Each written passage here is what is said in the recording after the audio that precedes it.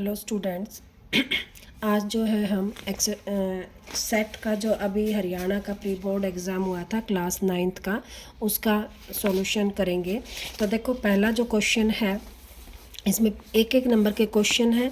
देखो, जो है कि निम्न में से कौन सी संख्या अप्रिमेय है। अप्रिमेय संख्याएं वो होती हैं जिसका अंडर रूट को हम सॉल्व नहीं कर सकते। अब देखो, 16 का जो अंडर रूट होता है वो 4 होता है, इसका सॉल्यूशन हो गया। 81 का जो है 9 होता है, इसका सॉल्यूशन हो गया। 225 का 15 होता है, ये भी है। एक 91 जो है वो इसका 15 होता है, तो 91 वाला जो है वो है जिसका हमारे पास अंडर रूट नहीं निकलता। तो हमारा ऑप्शन जो है last D option under root 91 ये आंसर होगा। ठीक है, अप्रिमेय जिसका अंडर रूट पूरा ना निकले। 16 का भी निकलता है, 81 का भी निकलता है, 225 का भी निकलता है, किसका नहीं निकलता? 91 का। तो ये जो है हमारा अप्रिमेय संख्या हो जाएगी, इरेशनल नंबर। ठीक है, निम्नलिखित व्यंजकों में से कौन सा बहुपद है? Which of the following expression is a polynomial. Polynomial क्या होते हैं? जो चर होते हैं, यानी कि वेरिएबल जो होते हैं। देखो, वेरिएबल होते हैं हमारे, वेरिएबल जो हैं वो होते हैं एक्स वाई एस टी, मतलब अल्फ़ाबेट जो होते हैं। कांस्टेंट जो होते हैं वो होते हैं काउंटिंग, 1 to 100 200, मतलब काउंटिंग जहाँ तक भी हम उसको काउंट कर सकते हैं। तो जो वेरिएबल होते हैं उसकी पावर पॉजिटिव होनी चाहिए। ठीक है, यानी कि नेचुरल नंबर होना चाहिए उसकी पावर पॉजिटिव, या जो है अंडर रूट में है यानी कि 1/2 है, या माइनस में है -1 है, या 1/y है। इस तरह से जो है वो क्या होते हैं? पोलिनोमियल नहीं होते। तो देखो, इसमें जो है ये अंडर रूट में है तो ये भी पोलिनोमियल नहीं है। यहाँ पे y नीचे आ गया तो ये भी जो है पोलिनोमियल नहीं है। और ये वाला जो है इसमें भी 1/2 आ गया तो ये भी पोलिनोमियल नहीं है। सी वाला जो हमारा है इसमें पावर 2 है, 1 है। ठीक है, जिसकी पावर कुछ नहीं होती इसकी पावर 1 होती है। तो ये क्या है? 2 भी है 1 भी है।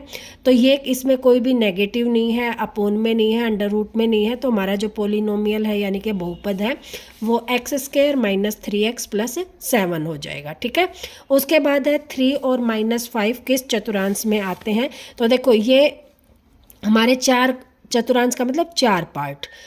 ये एक्स एक्सिस है, ये वाई एक्सिस है, ये पॉजिटिव ये नेगेटिव एक्स एक्सिस होती है, ये पॉजिटिव वाई एक्सिस होती है, और ये नेगेटिव वाई एक्सिस होती है। फर्स्ट क्वाड्रेंट में एक्स भी पॉजिटिव वाई भी पॉजिटिव, सेकंड क्वाड्रेंट में X negative Y positive, third quadrant में देखो वाई और भी नेगेटिव और एक्स भी नेगेटिव। ठीक है, और थर्ड क्वाड्रेंट में एक्स पॉजिटिव और वाई नेगेटिव, और आगे वाले एक्स के होते हैं पीछे वाले वाई के होते हैं। तो अब ये हमारा दे रखा है 3 और -5। अब देखो, पहले वाला पॉजिटिव दूसरे वाला नेगेटिव, पहले वाला पॉजिटिव दूसरे वाला नेगेटिव, तो किस में आ गया? 4th क्वाड्रेंट में। तो हमारा जो आंसर है ये डी वाला आएगा, क्वाड्रेंट 4th यानी कि चतुर्थांश 4। ठीक है, नेक्स्ट है कि समीकरण दे रखा है 3x + y = 5। अब 3x + 5 = 5 आंसर पूछ रखा है कि इसके कितने हल होंगे। तो देखो, हम x की वैल्यू चेंज करेंगे, y की वैल्यू चेंज करेंगे, तो हमारी वैल्यू क्या है? चेंज होती रहेंगी। हर एक वैल्यू के साथ जो हमारा आंसर आएगा वो अलग आएगा। देखो, x = 0 y = 0 रखें तो क्या आ जाएगा? 5। ठीक है, इसको इस तरह रख लेते हैं कि y = 5 - 3x।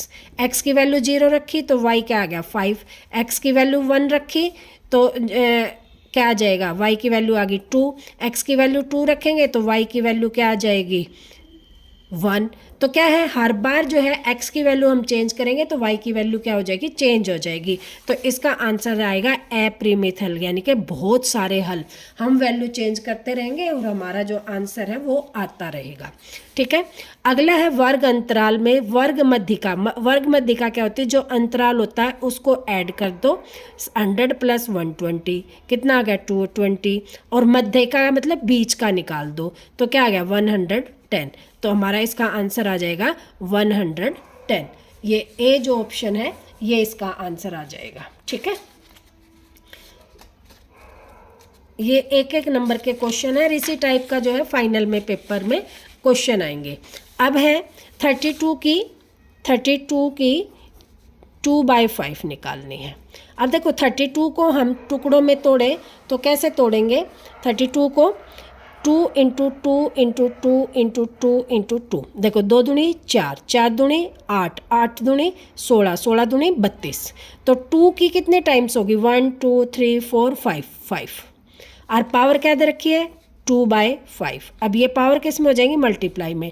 तो 5 से 5 कैंसिल हो गया, 2 की पावर क्या बचेगी? 2, यानी कि 4। हमारा आंसर आ जाएगा C, 4 आंसर आ जाएगा। ठीक है, ये हमारा आंसर होगा। नेक्स्ट है पूर्ण अपने भाग से खाली स्थान होता है। अब पूर्ण क्या होता है? बड़ा। पूरा बड़ा जो होता है उसको पूर्ण बोलते हैं। पूरा जो होता है उसका भाग क्या होगा? कोई पार्ट। हमेशा जो पार्ट है वो क्या होगा? पूर्ण क्या होगा? अपने भाग से क्या होगा? बड़ा होगा। तो यहाँ आ जाएगा ग्रेटर। पूर्ण अपने भाग से बड़ा होगा। ठीक है, पूर्ण मतलब पूरा, अपने भाग से यानी कि अपने हिस्से से क्या होगा? बड़ा होगा। ठीक है, तो मूल बिंदु के निर्देशांक कभी बताए, ये जो है ये हमारा जो होता है मूल बिंदु होता है। तो इसके निर्देशांक क्या होते हैं? 0 0। एक्स का भी 0 और y का भी 0। यहाँ पर x की वैल्यू भी 0 होती है और y की वैल्यू भी 0 होती है। तो हमारा जो मूल निर्देशांक हो जाएगा वो क्या? ओरिजिन क्या हो जाएगा? 0 0। ओरिजिन क्या है? 0 0। त्रिभुज का क्षेत्रफल ज्ञात करने का हीरोन्स फार्मूला ये सबको याद होगा। S minus A, S minus B और S माइनस C। और S क्या होता है? सेमी पैरामीटर, अर्ध परिमाप। ठीक है, ये होता है सेमी पैरामीटर। उसके बाद है समीकरण 2x plus 3y is equal to 6 की तुलना में C का मान ज्ञात कीजिए। अब देखो इसकी तुलना करनी है यहाँ से। अब ये देखो 2x, x वाला भी यहाँ है, y वाला भी यहाँ। अब ये जो C है विदाउट xy का ये इधर है, तो इसको क्या करेंगे? पहले इक्वल से इधर लेके आएंगे। तो इसको हम लिखेंगे 2x प्लस 3y। और ये इक्वल से कोई चीज़ इधर आती है तो किस में हो जाती है? -6। ठीक है, तो a की वैल्यू क्या आ जाएगी? 2, b की वैल्यू क्या आ जाएगी? 3 और c की वैल्यू आ जाएगी हमारी -6। ठीक है, c की वैल्यू हमारी क्या आएगी? -6। अगला है √16 एक प्रीमेय संख्या है। हमें पता है क्योंकि 16 का अंडर रूट क्या होता है? 4। तो ये एक प्रीमेय संख्या है।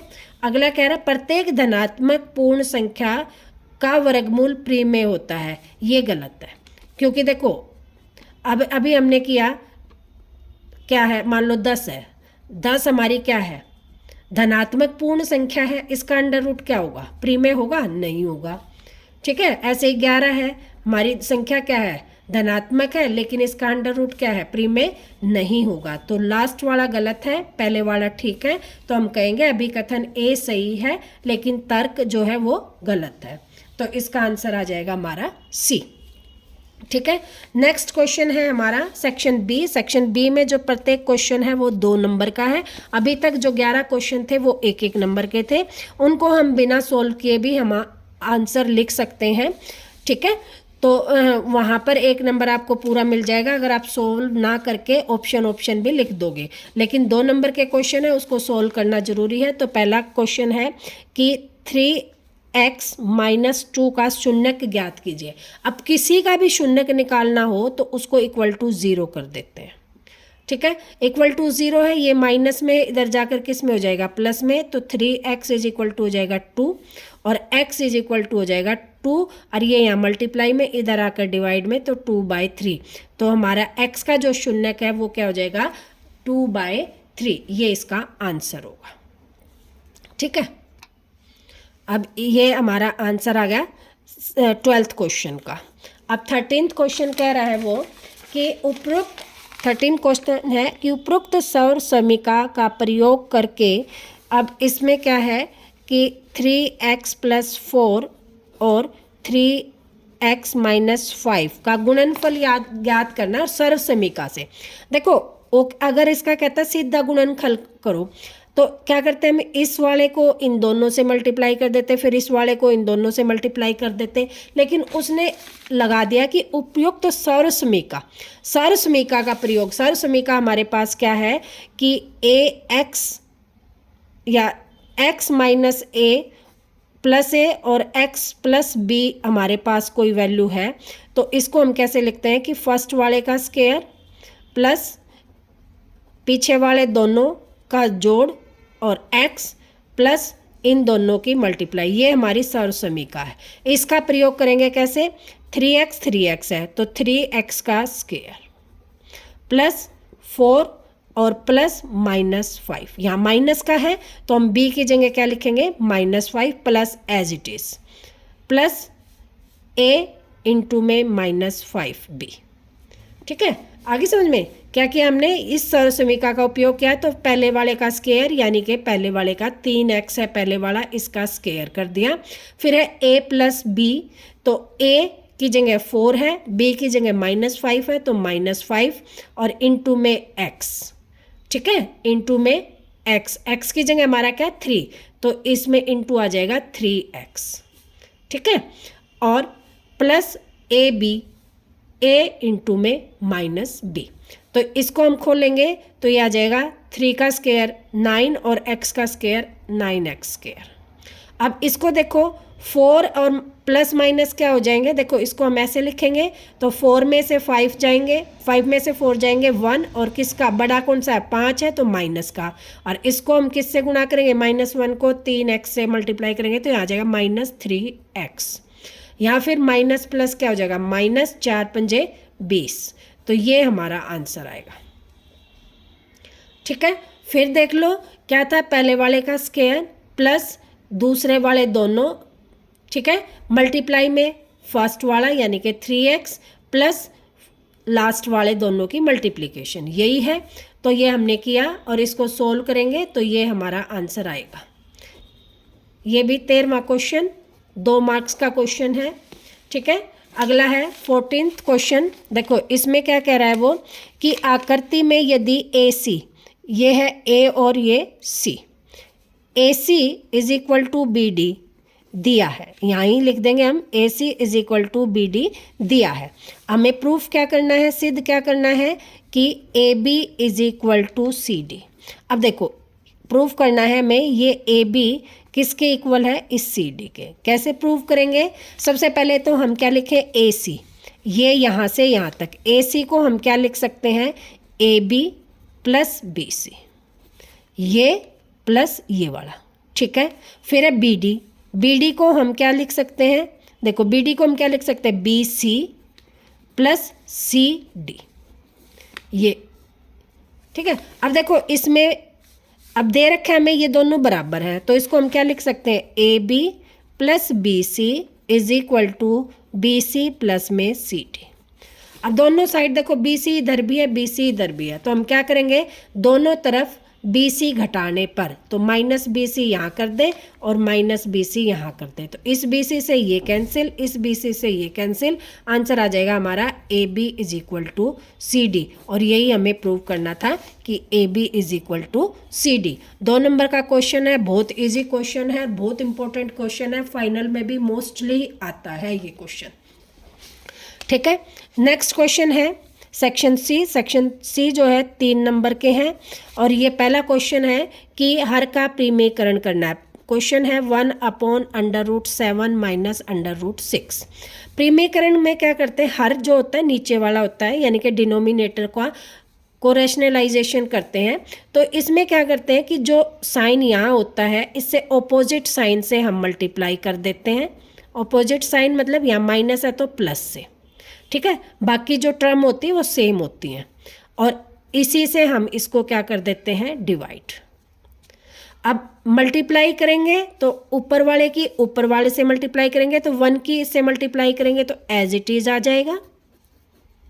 ठीक है, और नीचे क्या है देखो ये टर्म सेम है ये टर्म सेम है, प्लस माइनस का फर्क है, इसको हम क्या लिख सकते हैं a माइनस बी, और ये क्या है a प्लस बी, और इसके किसके इक्वल होता है a² माइनस b² के, तो हम यहाँ लिख देंगे √7 का स्क्वायर माइनस √6 का स्क्वायर।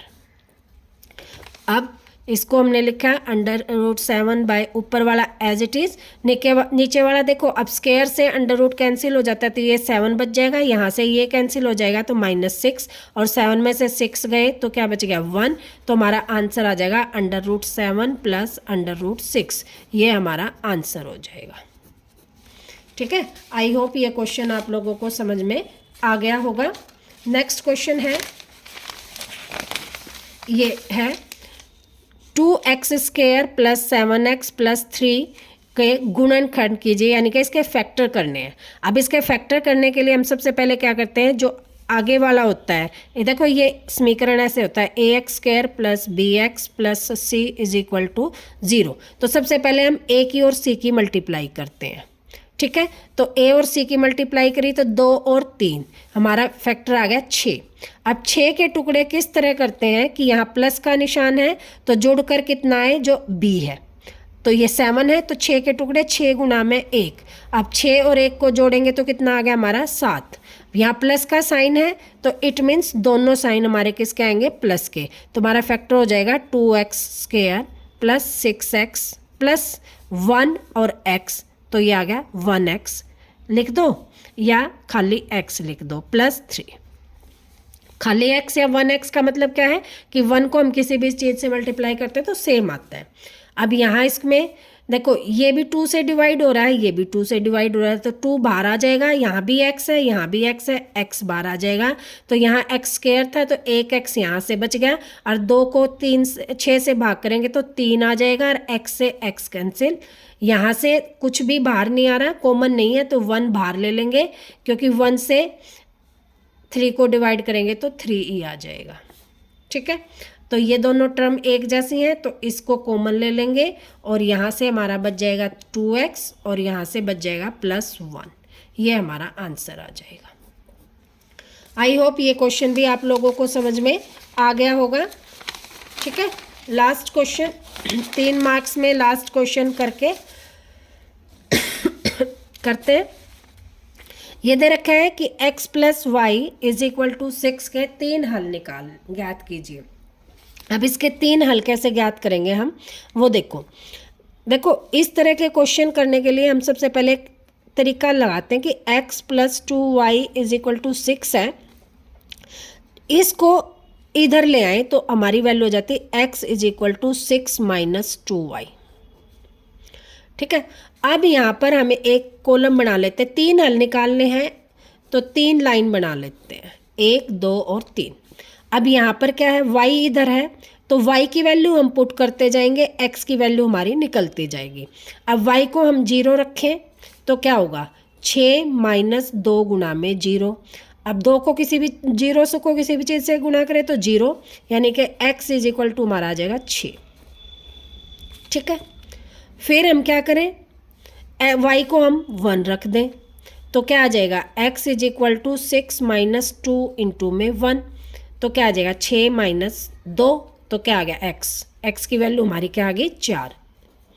फिर हम y को हम 2 रख दें तो x = क्या आ जाएगा 6 - 2 गुना में 2। हमेशा y की जगह रखेंगे तो y की जगह हमने क्या रख दिया 2, तो इधर क्या आ गया 6 और 2 दूनी 4 -4, तो x आ गया हमारा 2। ठीक है, तो ये 3 हल आ गए हमारे। इसको हल को कितना भी कर सकते हैं हम, यहाँ पे 3 रख ले, 4 रख ले, 5 रख ले, जितने हल वो पूछेंगे उतने हल जो है हमारे निकल सकते हैं। ठीक है, ये क्वेश्चन थे हमारे 3 नंबर के। अगला सेक्शन जो है वो कल करेंगे या नेक्स्ट वीडियो में करेंगे, यहाँ तक ही आप लोग इसको अच्छी तरह से कर लेना।